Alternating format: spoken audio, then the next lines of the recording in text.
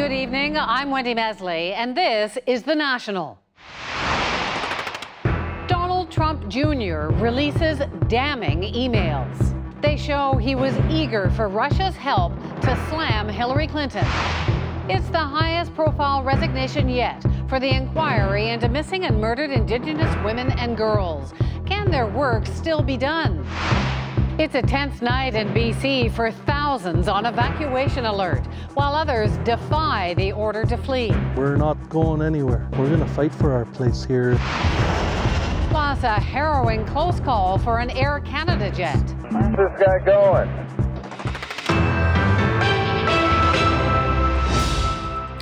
Months of questions, months of denials from Donald Trump and his team that any one of them was in touch with Russian officials during the 2016 U.S. presidential campaign.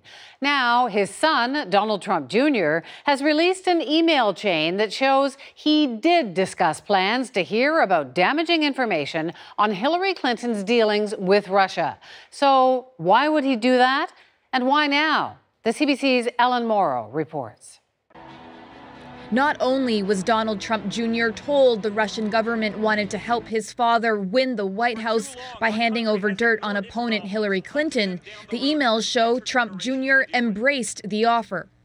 After days of changing stories, Trump Jr. turned to Twitter this morning to post his exchanges with the publicist who arranged his meeting with a Russian lawyer. On June 3, 2016, in the heat of the campaign, the publicist wrote that the Crown Prosecutor of Russia was offering to provide the Trump campaign with official documents and information that would incriminate Hillary and be very useful to your father. The publicist wrote the very high-level and sensitive information was part of Russia and its government's support for Trump. Trump Jr.'s response, "If it's what you say, I love it." The New York Times, which broke the news of the emails last night, says it informed Trump Jr. it was planning to publish their content. He beat them to it, an effort, he wrote, to be transparent. But the idea that he was hoping to get damaging information about Hillary Clinton from someone described in the emails as a Russian government attorney has triggered outrage on Capitol Hill. This is very problematic. We cannot allow foreign governments to reach out to anybody's campaign and say, we'd like to help you. Trump Jr. said in retrospect he would have done things differently, but he still defended himself on Fox News. This was 13 months ago, before I think the rest of the world was talking about that, trying to build up this narrative about Russia. So I don't even think my sirens, went up, or the antennas went up. The meeting took place on June 9th last year.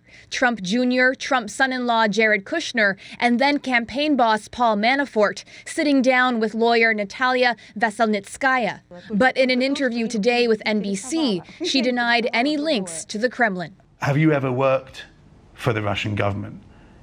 Do you have connections to the Russian government? Нет. Trump Jr. says nothing came out of the meeting, no damaging information on Hillary Clinton. But this former federal prosecutor says his actions could amount to treason. And we're lucky that he's such a clumsy liar because we've gotten a bird's eye view of what these guys were doing. President Donald Trump defended his son in a statement today, calling him a high-quality person. But Donald Trump Jr. is someone with a lot of questions to answer. Congressional committees looking into the Trump campaign in Russia want him to testify, and it's likely his actions will also be examined in the criminal investigation being led by special counsel Robert Mueller. Ellen Morrow, CBC News, Washington. Yet another resignation today at the National Inquiry into missing and murdered Indigenous women and girls.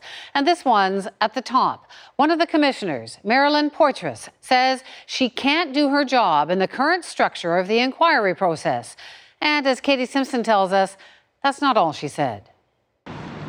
Not only did Marilyn Poitras quit her job as commissioner, but she offered a scathing review of the inquiry into missing and murdered Indigenous women and girls. In a blunt statement, she accused some of her colleagues of overlooking Indigenous laws and protocols, favoring instead the status quo of colonial model of hearings. Immediately, the Minister of Indigenous Affairs went on the defensive, insisting the commission can still move ahead. They really do have the vision, the values, the tools, and the plan to get this work done. After years of pressure from families across the country, the Trudeau government promised an inquiry. But since it launched last August, there have been many setbacks. Poitras is the 6th person to leave the inquiry and the highest-ranking member to resign. Sources tell CBC News she caused friction within the small group, but the chief commissioner remained diplomatic about the dynamic. There's not always harmony. It's to be expected, and that's where you get innovation and growth. I was quite surprised about the resignation and considerably disturbed also, because it makes me really wonder what's happening at the higher levels of this inquiry. Those concerns are too much for the influential Ontario Native Women's Association. The group announced in an open letter today it will no longer support the inquiry in its current form, citing a lack of commitment and willingness to reach out to families, a lack of culture and ceremony, and a lack of communication. We all agree that the communication has been an issue, and that they have got to do a better job communicating their plan. Because it feels like they're not hearing us. Grassroots activists have been making similar complaints for months.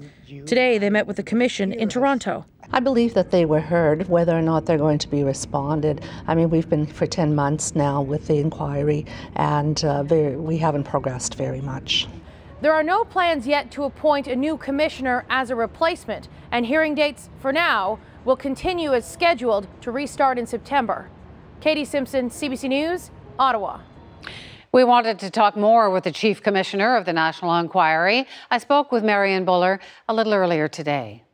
So I guess the differences of opinion are one way of explaining what happened. The other way of looking at this is that there is a leadership problem, and some people are now calling for your resignation here. What do you say to them? Well, like I said last week in Vancouver, I have no intention of resigning. We'll have the rest of that conversation in about half an hour. The wife of a U.S. soldier killed in Afghanistan wants a freeze put on Omar Khadr's $10.5 million settlement. The federal government gave him the money last week for breaching his rights at the notorious Guantanamo Bay prison. Tabitha Spear's husband, Sergeant Chris Spear, was killed in the same firefight that badly wounded Khadr, who was 15 at the time. Spear's motion before the Ontario Superior Court asks for a hold on Khadr's money. She's already won a U.S. ruling for $134 million against him. Her Ontario case argues if the assets are not frozen pending the hearing of the application, there may be no assets left in Canada upon which the applicants may execute. Coming up, a former dentist, twice disgraced, is now barred from practice in 2 fields as former patients savor his fate. It's a memory as to the idiot that we dealt with. Plus, a close shave on the runway could have ended in catastrophe. The fires in BC are bad enough already. Though they didn't get worse today, the forecast for tomorrow is looking ominous.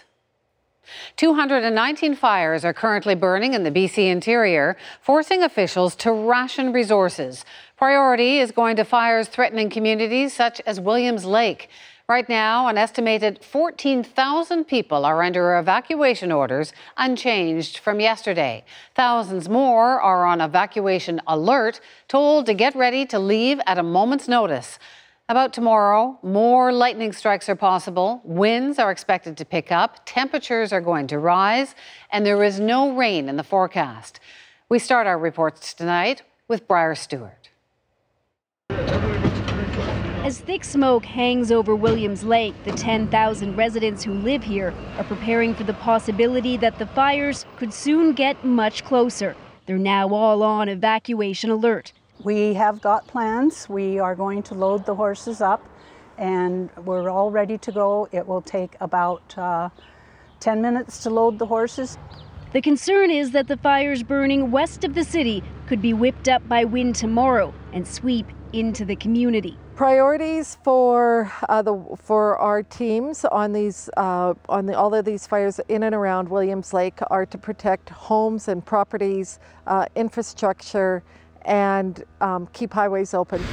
It's becoming increasingly difficult to navigate through BC's interior. Fires have closed off roads. Some vehicles have to be escorted through to safer areas. Holy smokes. This was the dramatic drive made by Sally Aikens and her husband just 2 days ago. Oh my goodness, I would go fast. The couple work in forestry and have seen plenty of fires, but never from the inside. So it was quite incredible watching trees just burst into flames, and then we entered just the darkest cloud of black smoke, just pitch black. Heavy smoke has wafted across BC. In some areas today, the air quality was so bad it was off the scales. Some were choosing to leave. This is our new apartment. This is the GMC Hotel. This has been home for Eldo Corradazzo, his wife, and his 86-year-old mother for the past 5 days. Sure, it's cramped, they say, but it's been working for them until today. People just have to keep level-headed and just try not to panic so much. But like his mom's 86, we need to get her out of all the smoke, obviously. It wouldn't have been so bad. So they decided to go to Kamloops, about 200 kilometers away. As people leave the fire zone, hundreds of firefighters from out of province are coming in. I did spend a stint up in Fort McMurray. I went up there and worked as a branch director on the fire. And yeah, we're very glad to be able to return the favor to BC and help them out in their time of need. 300 additional RCMP officers have also been deployed to help with evacuations and patrol communities. There are concerns about looting in this area. RCMP have made 10 arrests so far, and people who live in this community have been told that the evacuation will stay in effect for at least another week. Briar Stewart, CBC News, near 100 Mile House. As Briar mentioned, people evacuating their homes in central BC are no longer being sent to Kamloops. The city is bursting at the seams, so evacuees are being directed further north to Prince George, where the CBC's Carolyn Dunn is tonight. So, Carolyn, what's the situation there in Prince George? Well, Wendy, the city of Prince George has just never seen an emergency of this scope before. Already, more than 2,600 adults and 700 children have come here looking for a safe haven away from the fire and the smoke. If there is an evacuation from Lake Williams, those numbers are going to change dramatically. Well, we're expecting a huge influx of people. I think Williams Lake is it's a city of about 11 or 12,000 people, and choices are limited. They can't get south because highway is closed. So we're the next largest city north of them. It's about a 3-hour drive. So we're bracing for a huge influx of people the minute that evacuation order comes down, if it does. But it's not a good situation. And Wendy, right now the operations are basically running on the goodwill of volunteers. There are more than 1,400 people being billeted in local homes and 255 people staying in emergency shelter. Now, the city does figure that it can absorb any of the future evacuees into its current infrastructure. Where there is some concern is if this emergency goes on for a long time, many days or even weeks. That's when you start looking at some problems. How do you keep the logistics going for that long? How do you keep the manpower of volunteers at a level to keep this operation running smoothly? Wendy? So many challenges. Thanks so much, Carolyn. Carolyn Dunn. First Nations communities are frequently in remote areas, often affected by wildfires and forced evacuations. This week was no different, with at least one reserve losing homes to the flames and another defying an evacuation order. Anita Bath has that story. This is what's left of the Ashcroft First Nation Reserve. 12 houses have burned to the ground. That's more than a third of the homes in the community, now gone. Kids' toys and play sets and bikes and everything you think of in your daily life, it just gets kind of frozen in time and it's just stuck there, but burned black, I guess. Joe Gilchrist took these photos as he walked through the reserve today with his friend Raymond. It was actually pretty hard for him because he has 3 brothers that actually lost houses, so. You really feel bad. You can only do so much, but there's Chief Greg Blaine watched as wildfire consumed the hillside before creeping up on the community. As crews scrambled to stop it, band members were frantic. When the fire was going through, we thought it was taking everything, but that's not the case. It's overwhelming. You have to look at it and you have to say, okay, we need to do baby steps to get it back on track. Everybody got escorted out there. On Friday, Wilfred Sampson tried to walk back to his home, but he couldn't get past the roadblock and wound up sleeping outside in a hayfield, looking out for rattlesnakes. Just cold as all hell and soaking wet from all that wet alfalfa. The next day, Sampson walked 2.5 hours to nearby Cache Creek to try to find his girlfriend, so far without success. Just gotta worry about my girlfriend. I hate talking about her, but she makes me cry.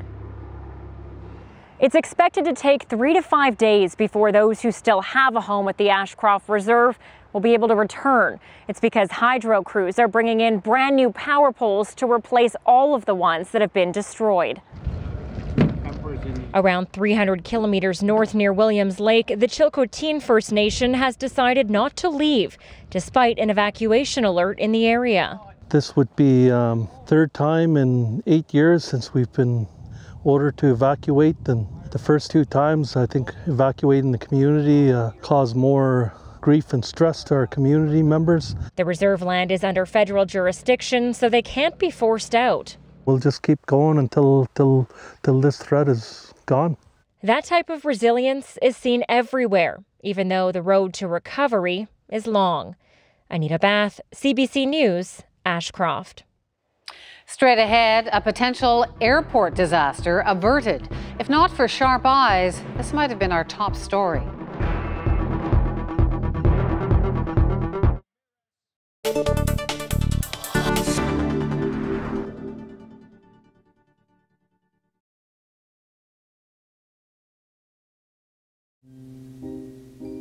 America's agony is growing darker, going deeper, and dividing its people as only the Civil War did in the past.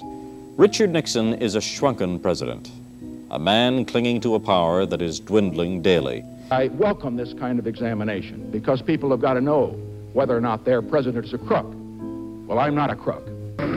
If the many allegations made to this date are true, then the burglars who broke into the headquarters of the Democratic National Committee after Watergate were in effect breaking into the home of every citizen of the United States.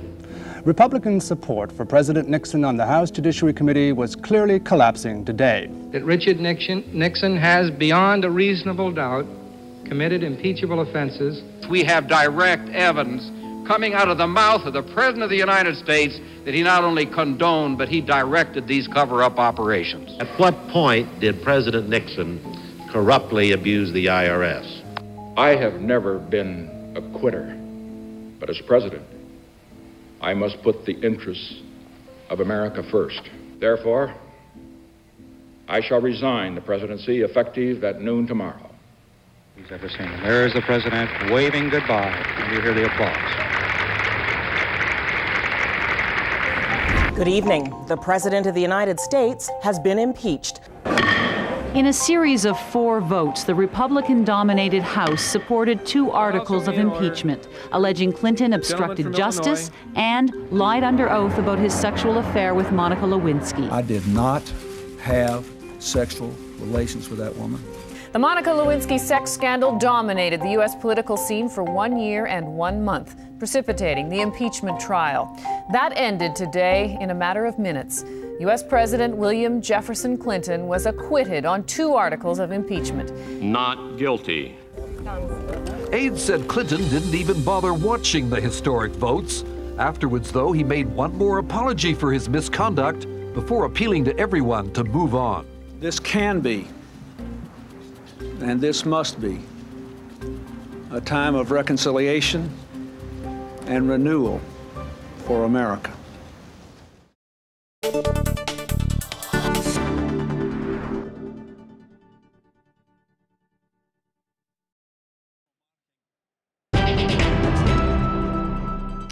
Investigators on both sides of the border are looking into a narrowly averted disaster that put hundreds of lives in danger. It happened last Friday. An Air Canada flight was on its final approach to San Francisco International Airport and nearly landed in the wrong place. Ron Charles reports. This is where air traffic controllers at San Francisco International Airport had directed the Air Canada flight with 140 people on board to land Friday night, runway 28R. But the radio transmission soon confirmed the Airbus A320 was instead headed for this taxiway, where 4 other jets laden with fuel and hundreds of passengers were waiting to take off. The Air Canada pilots were first to notice something was not right. And Tower, just want to confirm this Air Canada 759. We see some lights on the runway there. Across the runway, can you confirm the clear to land? Air Canada 759 confirms clear to land runway 28 right. There is no one on 28 right, flight you. That's when a pilot from one of the 4 planes lined up on the taxiway next to the runway interjects. Where's this guy going? He's on the taxiway. The tower tells Air Canada to bypass the airport and try again. It's not clear how close the Air Canada plane was to landing and possibly crashing into the 4 planes on the ground, but pilots of those planes were clearly not impressed. United 1, Air Canada flew directly over us. Block, this United 1, Air Canada flew directly over us. Yeah, I saw that, guy. The Air Canada jet did then land on the actual runway without incident. The U.S. Federal Aviation Administration is investigating to try to determine why the pilots lined up for the taxiway. Former commercial pilots and aviation safety experts are also asking how it could have happened. There are electronic devices that send radio signals up to the airplane for vertical and lateral alignment, and why those were not being followed is a central question that the investigators will look at. Once you get fixated on something like a taxiway, thinking that it's a runway, man, it can be really difficult to change your mind's eye. The airline safety experts say this type of error is rare and considered serious, especially since the potential crash involving 5 airliners would have likely been the worst in aviation history. Ron Charles, CBC News, Toronto.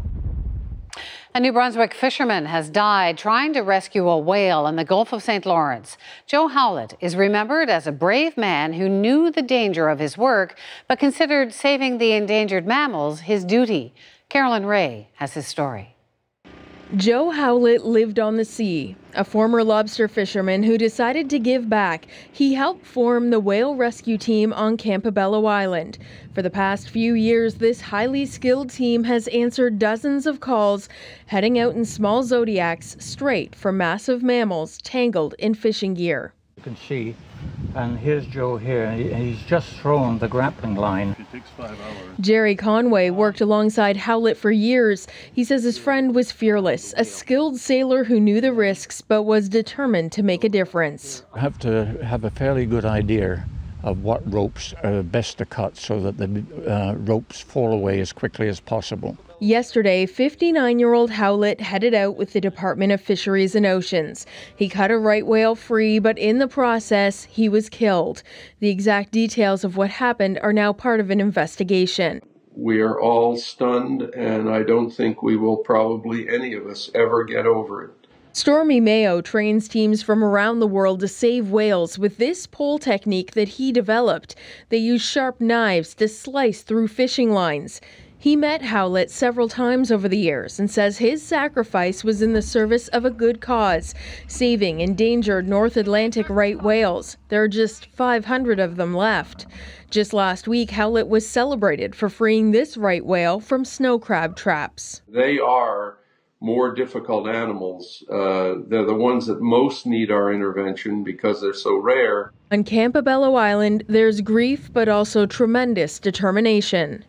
We owe it to Joe's memory, and he wouldn't want us to stop doing this.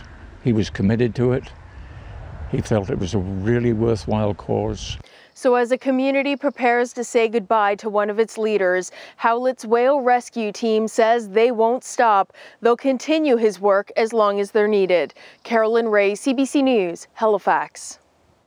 After being slammed by some damaging weather recently, many Saskatchewan residents are keeping a careful eye on the sky. Parts of the province have been pummeled by torrential rain and golf ball-sized hail.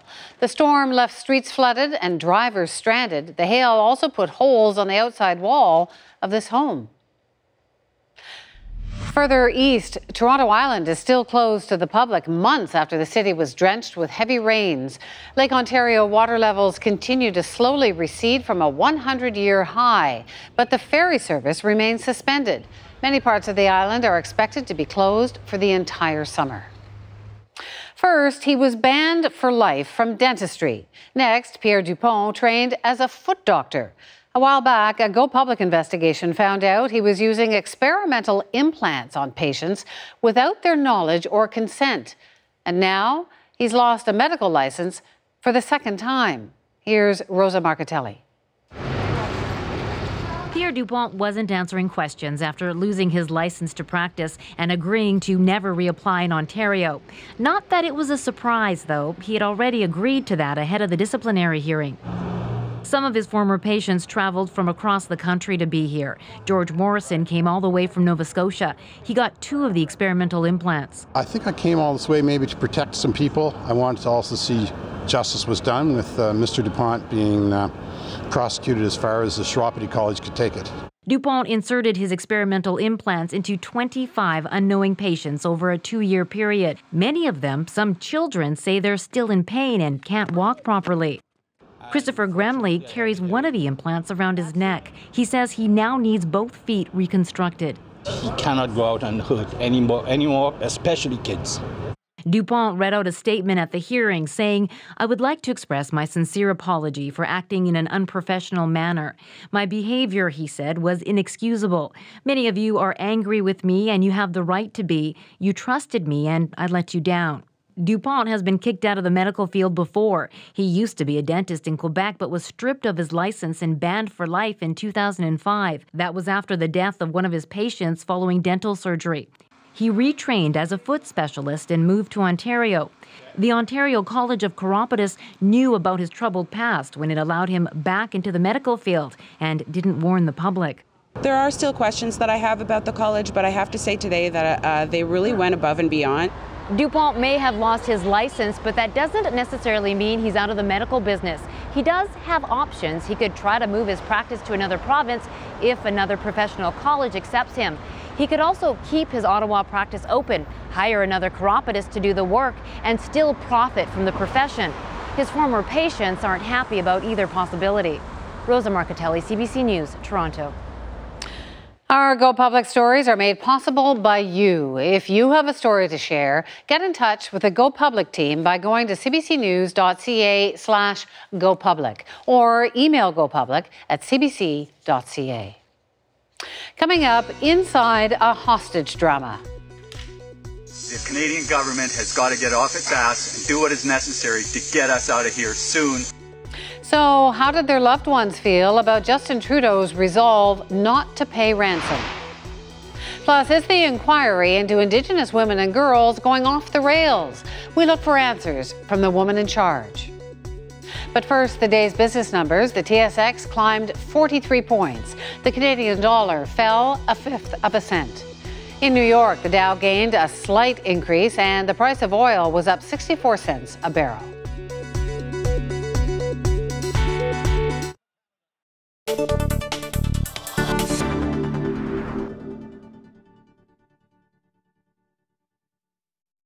For every performer you see on the screen, there are literally hundreds of people just outside the range of the cameras, each with a vital role to play.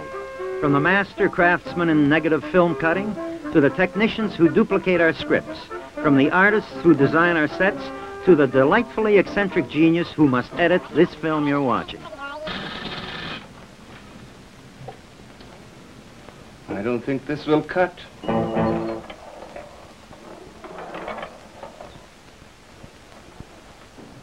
Because CBC Toronto's job is serving the public, it must keep pace with community development, to go where the action is, to cover and report on a wide range of outside events, whether it be a royal visit, a football game, or a civic election.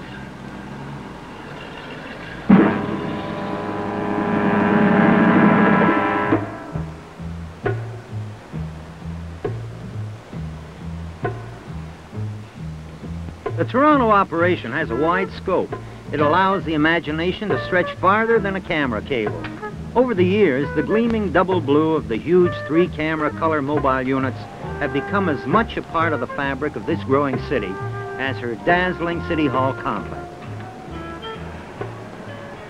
No, it's okay. Look, you stay. I'm all wound up. I gotta get away. No, this place is beginning to bug me. I'll go. No, if you stay, I'll go. I'll go. I insist. I got a better idea. Why don't both of us go? The great bulk of present-day programming is packaged and edited electronically under the nimble fingers of the videotape editor and under the eye of the program producer and script assistant.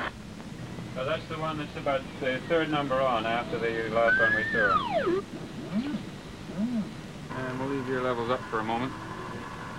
Master Control. And as the name implies, these men and machines are the masters of CBC Toronto, the flagship station of the English network. And it is through this sophisticated gear that every film, tape, or live program is funneled. It's luncheon date with your host, Elwood Glover.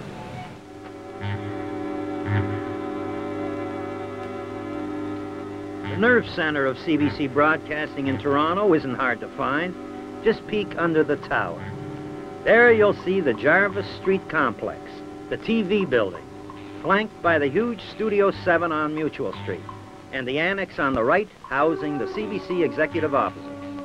And over on the left, the one-time girls' school turned radio building. You won't hear much in the way of school cheers coming from the radio building these days, but you hear just about everything else.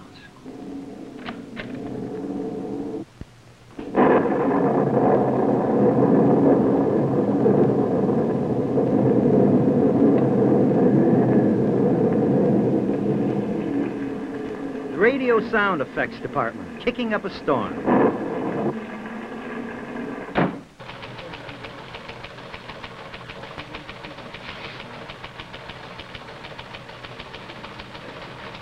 We hope to get this from Washington, a $3 billion... CBC Radio News, one of the most versatile and far-flung news agencies in the world, with taped news reports and live feeds from the four corners of the globe. Fine, thank you, Norm. Voice levels, please. Jim first. British MP Bernadette Devlin flew from Shannon to New York today on a fundraising visit. The World at 8. Good morning from CBC News, etc. That's fine. Thanks very much. Hi, everything okay? Yeah. See, you made it on time for once.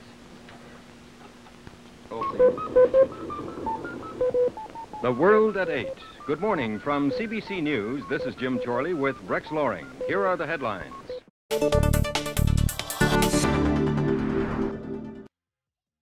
And any time situations come up in which we lose lives like that, it's going to be difficult for any leader. Last December, Justin Trudeau said his lowest point as Prime Minister had been the murder of 2 Canadian hostages in the Philippines. Robert Hall and John Ridsdale were kidnapped by extremists in September 2015. Ransom demands followed just as Trudeau was taking power. As he faced his first crisis, Trudeau doubled down on a policy that forbids making deals with terrorists. Just days ago at the G20 summit, he was still pushing that policy, but he couldn't seem to muster similar resolve among the other leaders. We thought we'd revisit an investigative piece by Rosemary Barton. She uncovered new behind-the-scenes details from the hostage drama and heard firsthand how families of the victims felt left in the dark.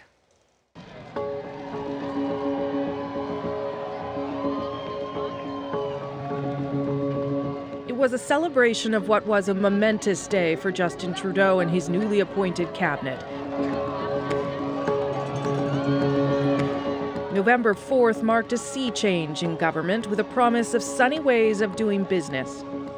It's an incredible pleasure for me to be here today. We have an awful lot of work to do. But the day itself was already overshadowed by the responsibility of actually being in government. For just the day before taking charge of the country, a video released half a world away was about to test the new Prime Minister. 2 Canadians were pleading for their lives at the hands of a terrorist organization trying to prove its allegiance to ISIS. My name is Robert Hall. I'm a Canadian citizen. My name is John Ridsdale. I'm also being held hostage by the Abu Sayyaf group. The ransom demand was $28 million per hostage.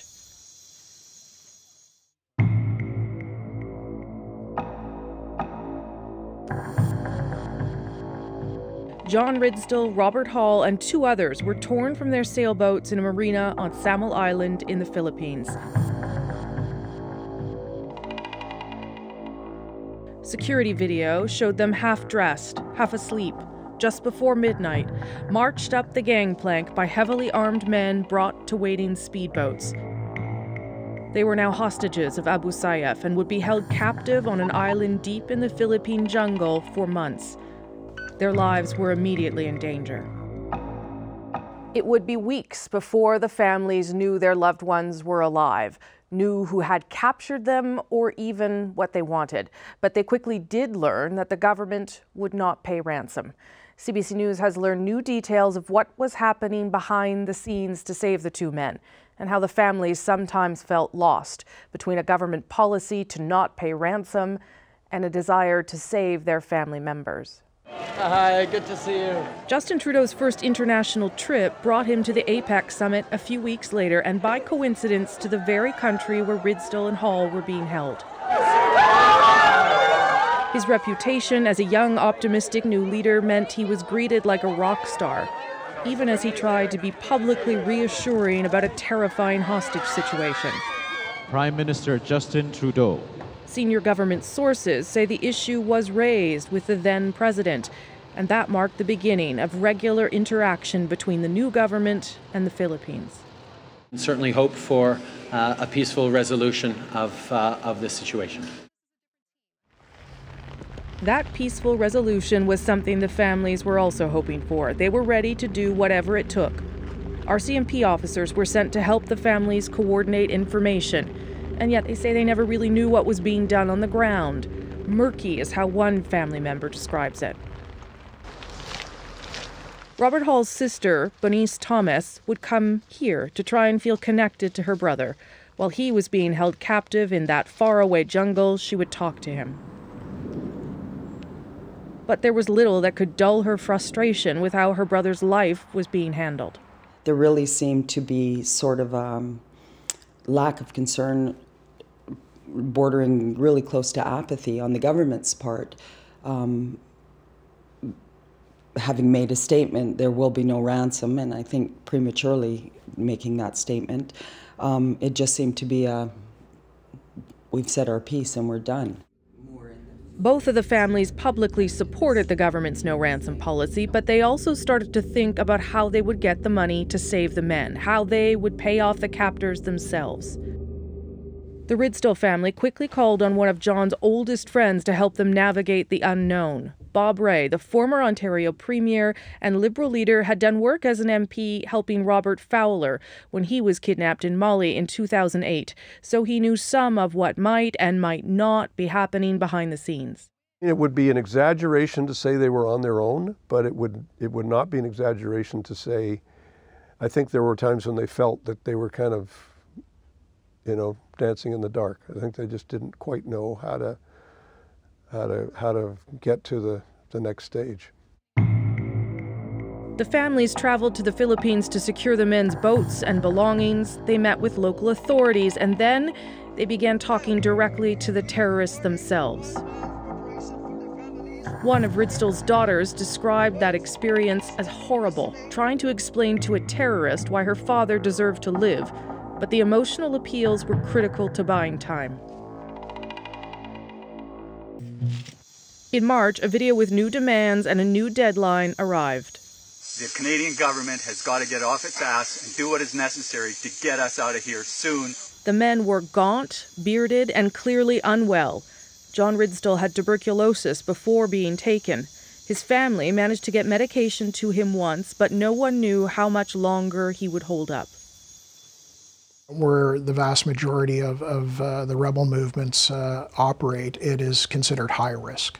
In the Philippines, there were other efforts to save the hostages.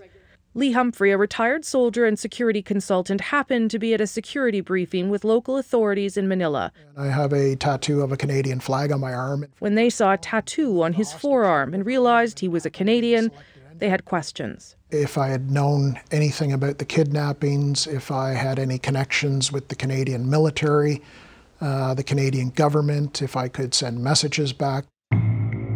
Those same authorities eventually told Humphrey they had managed to track the terrorists with GPS and satellite imagery. They also said they were training men for the rescue mission. This was not your everyday kidnap for ransom for a commercial purpose where you're going to go through a process, pay some money, and everybody walks away. This was a very radical, very dangerous Islamic terrorist group that were trying to prove that they were up to the standards of ISIL. Government sources say everything except ransom was on the table when it came to saving the two men. But the military operation did not get the green light. The families could not agree. The Canadian government was not convinced it would succeed given the dense jungle terrain. So the families ramped up their efforts. They liquidated their savings. They asked their friends for help, and they pooled their money into one pot to have as much as possible to offer. And as the deadline grew nearer, they grew more desperate. They asked the RCMP how they could get the money to the Philippines to make the ransom payment. The RCMP tell them they could not give that sort of advice. In fact, any time the issue was raised, the RCMP left the room.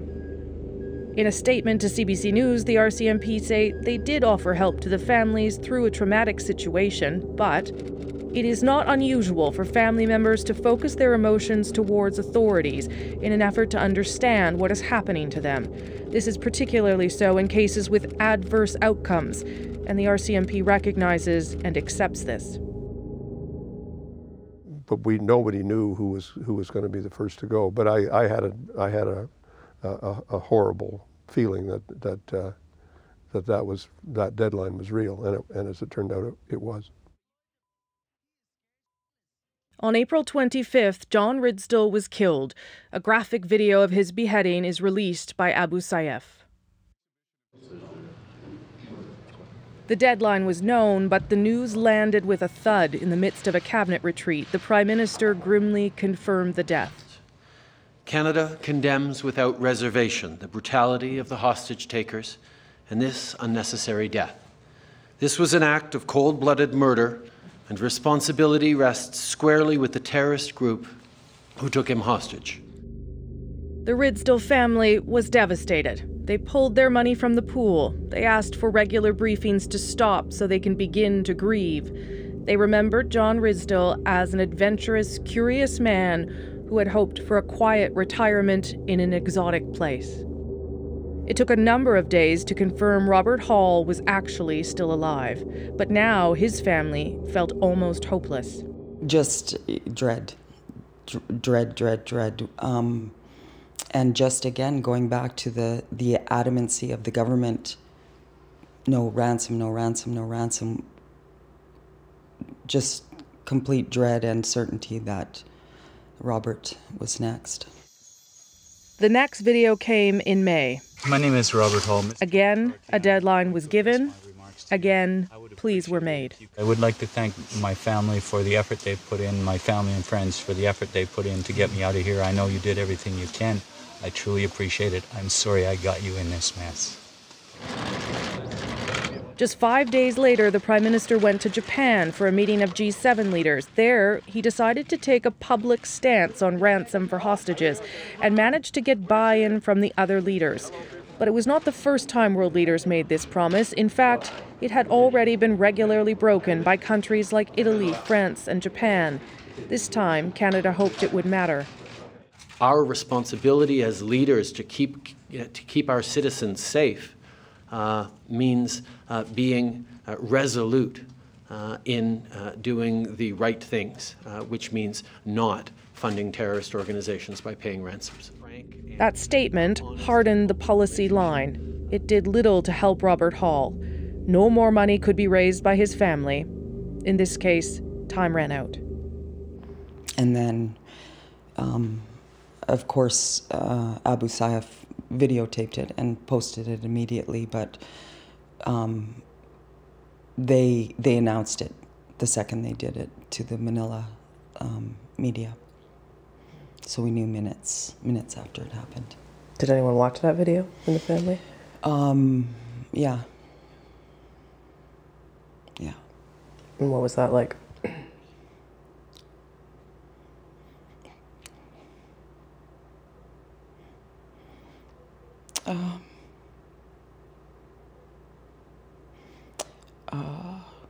Horrid, you know, and it's terrifying that his grandchildren may see that. It's horrifying. 2 Canadians now dead at the hands of a brutal terrorist organization. Yet again, the Prime Minister delivered the news. Canada cannot and will not pay ransoms to terrorists. We will not turn the maple leaf worn with pride by over 3 million Canadians abroad into targets. A senior government source says the goal of this policy is to make sure Canadians are not targeted. And if the government is even seen to be supporting families, the terrorists will use it against them. It's disbelief and frustration at this just being another story.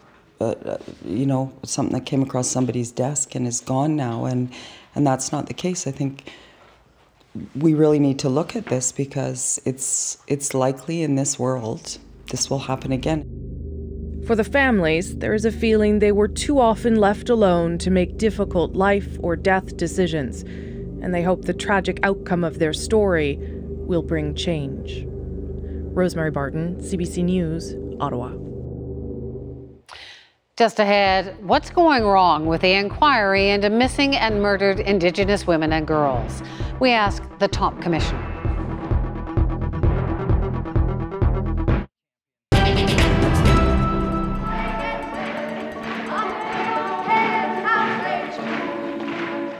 In Toronto today, nearly 1,000 women gathered. Women from kitchens, offices, factories, and schools. We know very well that we're at the bottom of the economic and the political pile, but not for long.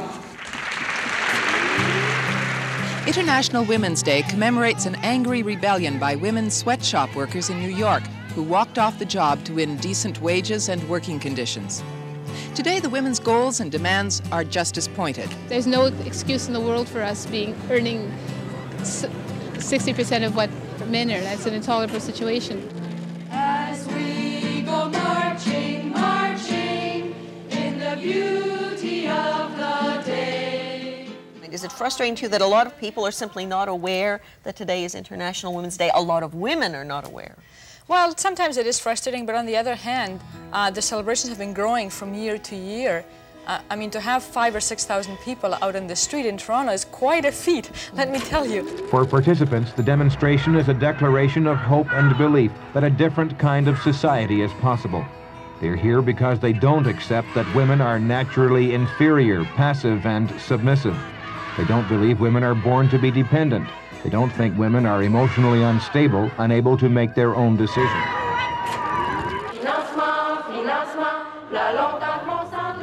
20 years ago, graduates grappled with the idea of careers.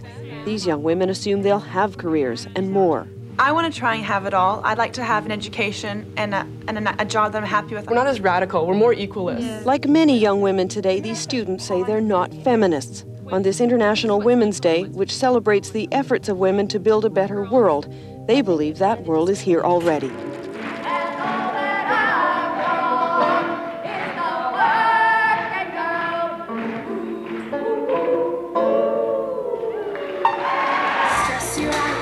Pop superstar Alanis Morissette's homecoming is a big deal, if not a bit overwhelming for the city that knew her when. You can forgive the good people of Ottawa for not seeing it. They remember Morissette as a teenage dance queen with big hair and frosted lipstick who sang at the mall.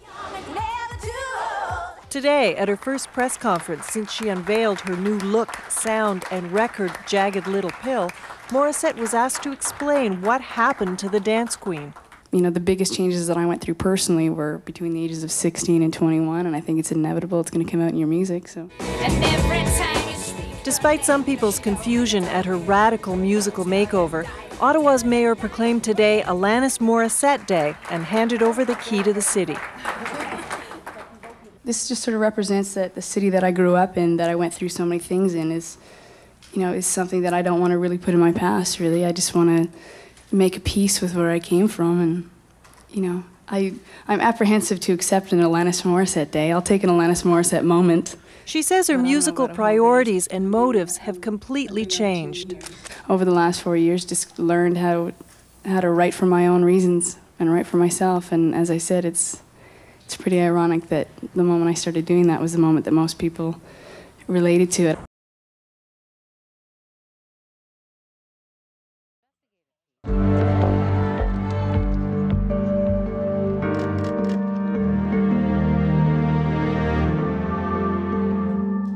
Missing and murdered Indigenous women and girls are supposed to be the focus of the national inquiry led by Marion Buller. But that sixth resignation today is calling more attention to the inquiry itself. Now there are calls for the Chief Commissioner's own resignation. Here's some more of our conversation with Buller from earlier today. Marion Buller, thanks for doing this. Wasn't it just last week that you were announcing that the inquiry was on track? What happened? The inquiry was on track and still is on track. We're moving ahead with our hearing schedule in the fall, and then looking forward into planning for January through March and April for hearings. So there were 5 staff members who have stepped down, now the commissioner. This, to an outsider, it looks as if the inquiry is doomed, is it? Of course not. People change jobs. People are offered jobs that are their dream jobs. People's personal circumstances change. Life happens, and we expect that there will be turnover. So how do you explain, this is a commissioner today who's resigned, saying that she's not comfortable with the direction? Well, she's certainly entitled to her own opinion, and I respect that. Well, we're being told that she was quite a source of friction on the inquiry. Is that true? Well, there are 5 of us, or we're 5 of us, and in a family of 5, do you always get along? Of course not. We had differences of opinions, but in a respectful way. So I guess the differences of opinion are one way of explaining what happened. The other way of looking at this is that there is a leadership problem, and some people are now calling for your resignation here. What do you say to them? Well, like I said last week in Vancouver, I have no intention of resigning. This is important work that we've already started, that we have planned for the future, and we intend to continue for the sake of the families and survivors. That's our work. We need to make it a success. So do you see it possible to be a success now? There's other groups coming forward, the Ontario Native Women's Association today saying they're not on board anymore. Others are calling for a restart. Doesn't sound like full steam ahead. Well, from our perspective, it is. We have planned out our hearings, our community visits. We're working on our interim report. We're planning 2 expert panels. We're consulting with families and survivors as we go along. We have a lot of work underway. We have a very clear sense of where we're going and why. But it doesn't look like that to a lot of people from the outside anyway, and obviously from many Indigenous leaders and activists as well, increasingly coming forward and saying they have a problem. Well, an inquiry is an odd being. It's always change, always refining what you do, always rethinking what you do, making it better.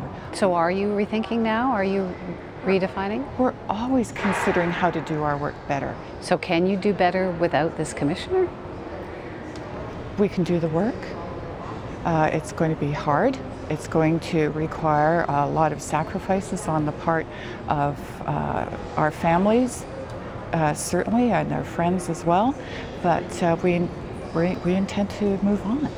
There's so much at stake here for so many people. It must be so difficult. And that's exactly why we intend to continue, and that's exactly why we work hard every day to make sure that we're doing the best that we can for families and survivors. That's exactly the passion that we work with every day. This has to be a success. There's no option other than success, and we have to do it. Thanks so much for talking to me. Thank you. Thank you. Real pleasure. Up next, dozens of strangers come together to save a family in peril. I'm Mike Finnerty. Tomorrow on the summer edition of The Current, the resignation of Commissioner Marilyn Poitras from the inquiry into missing and murdered Indigenous women. It raises doubts about its effectiveness. That's on the summer edition of The Current, weekdays at 8:30 on Radio 1.